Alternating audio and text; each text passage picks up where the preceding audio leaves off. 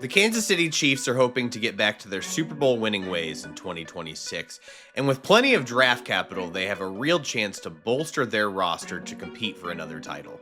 So let's do exactly that in today's episode of our mock draft series over here at Best Available.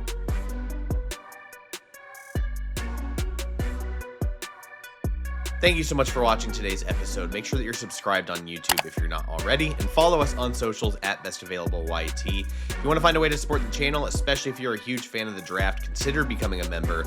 I'll leave details to that in the episode description. It does come with full access to my NFL Draft Big Board.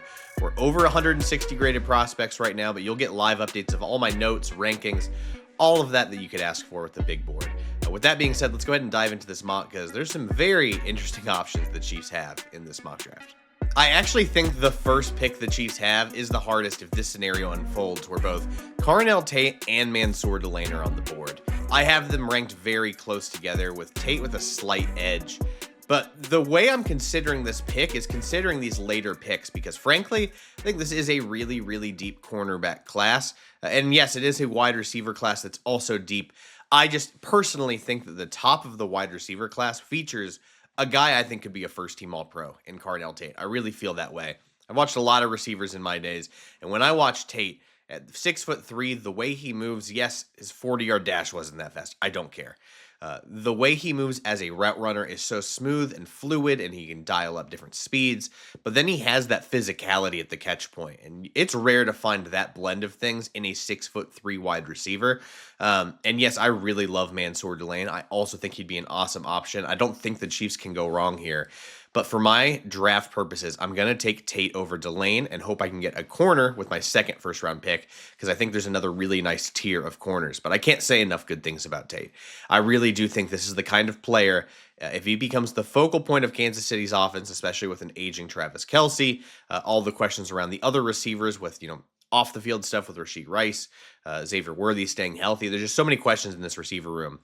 I truly believe with Patrick Mahomes as his quarterback, Tate could become a 100-catch, 1,500 yards, 10-touchdown kind of guy.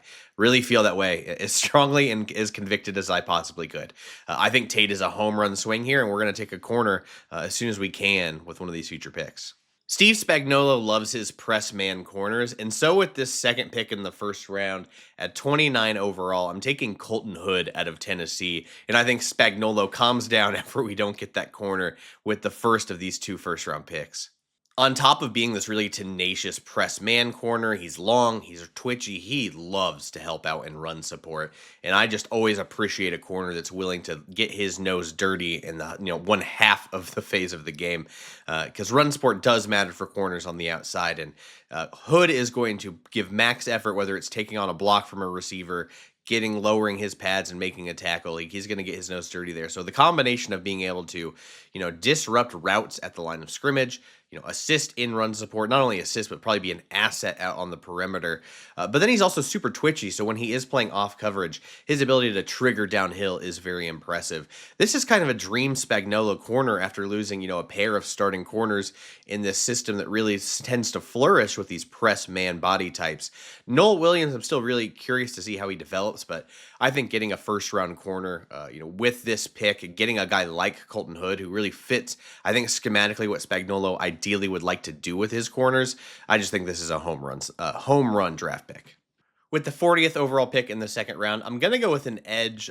George Karlaftis is extended for the foreseeable future, but after him, it's a lot of unproven. I'm a huge Felix Anudike-Uzomah believer. I'm really hoping he gets an opportunity to shine in 2026, but we've got a lot of unproven commodities here, and I think we just need another reliable edge defensive end. And looking at the board here at 40, Zion Young feels like an awfully nice 3-down option, not just a pass rusher for the Chiefs here. This is a very powerful edge setter. He really checks those boxes if you want more of a traditional 3-down player at edge. He's 6'6", he's 262, 33-inch arms, and boy, can he play with power. He's very, very impressive technically and, strength-wise at the point of attack. Launches his hips into contact, gets extended, can really just, prevent himself from being washed out against the run. But those same traits also show up as a pass rusher. He's, pretty quick off the snap, can convert that speed to power. With that arm length, he is a very dangerous bull rusher. He's got some solid hand usage to disengage. It feels more so like he is still developing his bag as a pass rusher to have some of these counter moves. But personally, philosophically, I kind of like that. If you showed production in college and you still haven't developed fully as a pass rusher, I tend to get pretty excited by those guys. Like, I think the counter argument to that is why I'm probably a little lower on Akeem Mesidor, an older edge who found production because he's such a technically refined pass rusher.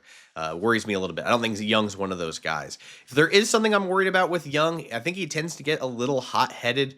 I think it shows up even on film where he gets a little flustered by a play or maybe a cheap shot or something after the whistle, and then it feels like there are times where it can impact his play after the fact. So we can reel that in, man. I'm sure Kansas City Chiefs fans in the Missouri area would be fired up to see, an in-state guy like Zion Young get drafted to the Chiefs. I really like the fit. Maybe you could argue one a more designated pass rusher kind of guy that can win with speed and bend, but I think it's awfully scary, especially on early downs, to have an edge duo of Karlaftis and Zion Young. This just feels like a really rock solid second round pick where you're getting, a guy that can be productive. We always want to talk about the sack numbers, but I think he's going to be productive as both a pass rusher and edge setter against the run. With the third round pick, 74th overall, let's go with Zakee Wheatley, the safety out of Penn State. The Chiefs need some more secondary help. We're going to keep bolstering that secondary with all kinds of guys. And what I like about Wheatley is he's someone that's going to wear a couple of different hats on a defense. He is probably one of the more versatile, day 2, day 3 options you can find at the safety position. I know we talk a lot about the top of this safety class with guys like McNeil Warren, Dylan Thieneman, Halsey, Caleb Downs, and all the versatility. Wheatley still brings that in these later days. He's kind of built 6'3", 202, really kind of wiry strength. What I like is he's got that tenacity and wiry strength to play in the box or trigger downhill against the run, but he's got this fluidity and movement skills to also be a free safety and range sideline to sideline. Really like all that versatility from him, along with that willingness. The fact that he brings instincts and competitive toughness into that size. I wish we had a more complete athletic profile of him, but the tape shows a versatile and athletic player at that size, which I'm very curious about. If you want some, knocks on him, it's just more that he's not an elite at anything. I think it's just more so that he just does a lot of everything solid to well. And that's totally fine with me with a third round pick. I want a high floor, maybe a lower ceiling type player, but we just need contributors in the secondary. For Chiefs fans, if you're looking for a true free safety, kind of ball hawk rangy, I'd consider you taking a look at Bud Clark out of TCU. But for the sake of this mock, I'd encourage you to check out Wheatley. He is a very fun player. Felt like he got consistently better year over year, despite how things went at Penn State. It's one of those guys I really liked watching on film. It's kind of funny with this Penn State team. For as bad as the season went, all the prospects that they're bringing out I tend to kind of like. Earlier in this offseason, I had kept mocking a Francis Maui Noah type at the top of the draft for the Chiefs. But then once you go back and look at the actual depth chart for the Chiefs offensive line, it's kind of way better than you think on the outside. Again, I'm not a Chiefs fan, but once you actually take the time to look at that offensive line, when it's healthy, it is damn strong.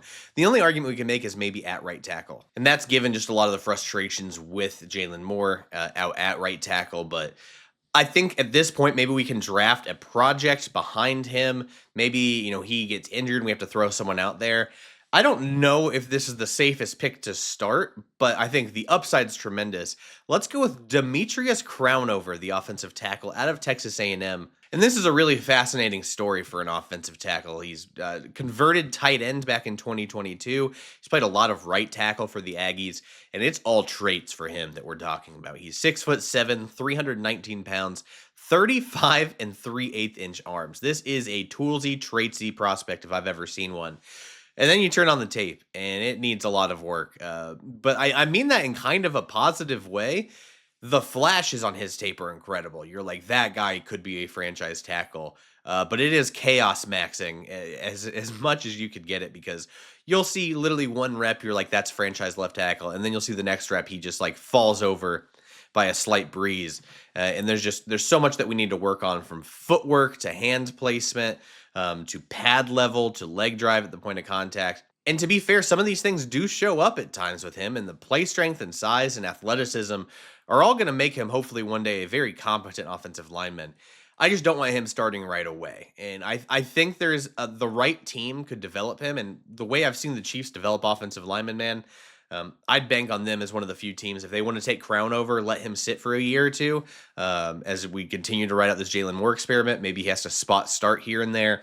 I'm cool with it, man. Like I really think if we get him in the right room, right home, and let him develop, and we can start negating some of these crazy negative plays, like I think there's a real path to him becoming a very competent starter at the NFL level.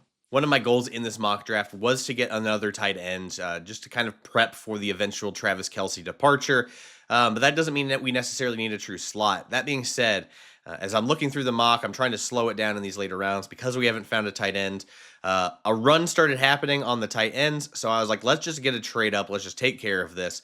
Let's move up 15 spots. Honestly, giving up the 210th pick might have been a little rich here, admittedly, but I just wanted to get just make sure that we got a tight end in this mock because Oscar Delp goes off the board. I'm going to take Dallin Bentley out of Utah, a guy I'm pretty late to watching in this draft process, but you want to talk about a guy that could play in 12, 13 personnel sets for Kansas City. I'm very fascinated by Bentley's game. He's got this dense frame at 6'4" and 253 pounds, but he's got really nice length to him, 33+ inch arms. And he's a pretty competent pass catcher. He's got that length to, catch outside of his frame. He's awfully dangerous after the catch. I mean, he will stiff arm you into oblivion. He's got some contact balance to him. He plays strong. And the strength does show up. The thing is, I would expect him at his style to be a more competent blocker. Feels like a lot of his issues are just technique things, where I think if we clean those up with his athleticism and size and length and play strength, I think he will one day become a more than competent blocker. So I'm cool with putting him in here, letting him just kind of develop, not have to play a ton of snaps behind Kelce, but in these more jumbo packages, get him out there. Maybe, use Kelce as a decoy, let Bentley get out there in space. And then let's see if he can, especially in training camp, really get comfortable blocking at the NFL level. But he is a guy I'm more than happy taking a flyer on. Maybe I would have preferred an Oscar Delp type, but for the sake of this mock, we traded up just to make sure we got someone, and that is Bentley. I'm going to double dip at corner here in the 5th round and take Julian Neal, another guy I think could be a press man corner for the Steve Spagnuolo defense. He ran a bit better than I was expecting at the combine, but this is another corner that has the length and crazy size at 6'2" and 203 pounds. Like when he does get hands on you, it's awfully hard to get off of that, especially within 5 yards of the line of scrimmage.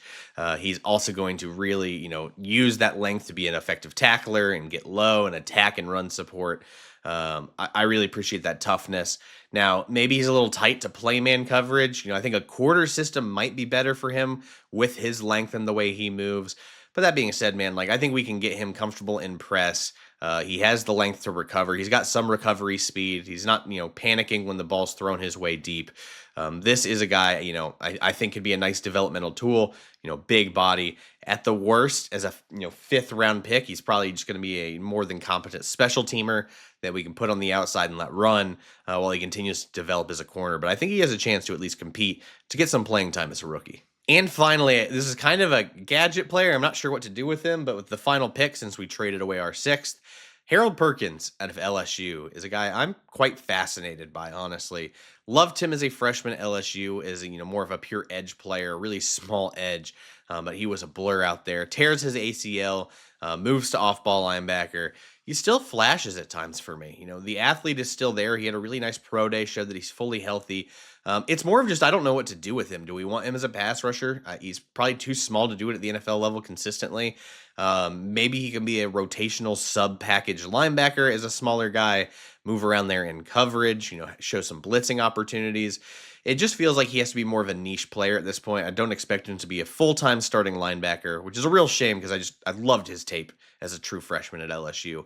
But he has the athletic ability. I would just like to have him out on the field in high leverage situations, maybe not on short yardage situations.